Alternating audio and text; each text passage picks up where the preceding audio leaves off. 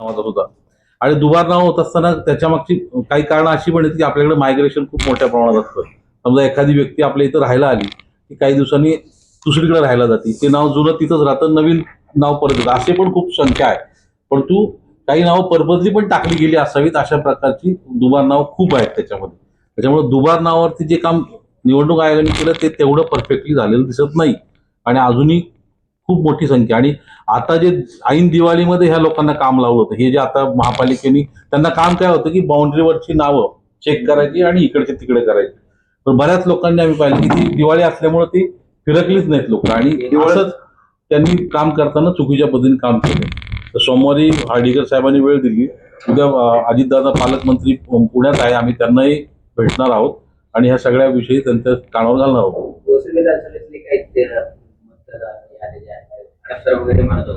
हो, परत आलेत का? नाही त्याच्यात मी रिट पिटिशन पण दाखल केलं. इलेक्शन झाल्यानंतर रिट पिटिशन पण दाखल केलेलं आहे हायकोर्टमध्ये. ती नावं काही परत आली नाहीत अजून. सरासरी किती प्रभागामध्ये? सगळीकडे अख्ख्या प्रभागामध्ये अख्ख्या शहरात आहे सगळीकडे. भाजपला काही अडचण नाहीये. यश मिळालं की माणसाला अडचण वाटत नाही ना.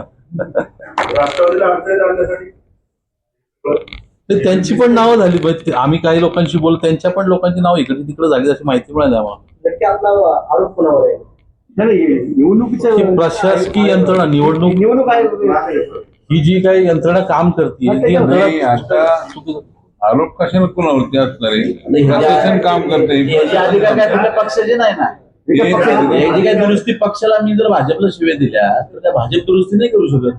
तुम्ही टार्गेट साहेब म्हटले की विरोधकांमुळे म्हणजे ते भाजपमुळे म्हटले. नाही ना, आता कसं आहे ते नाही आमचं काय म्हणणं आहे, हे काम ज्यांनी प्रशासकीय यंत्रणा ज्यांनी राबवली त्याचा कॅप्टन जो आहे दिनेश वाघमारे, ते जे कॅप्टन आहेत आता राज्याचे, त्यांची जबाबदारी येते.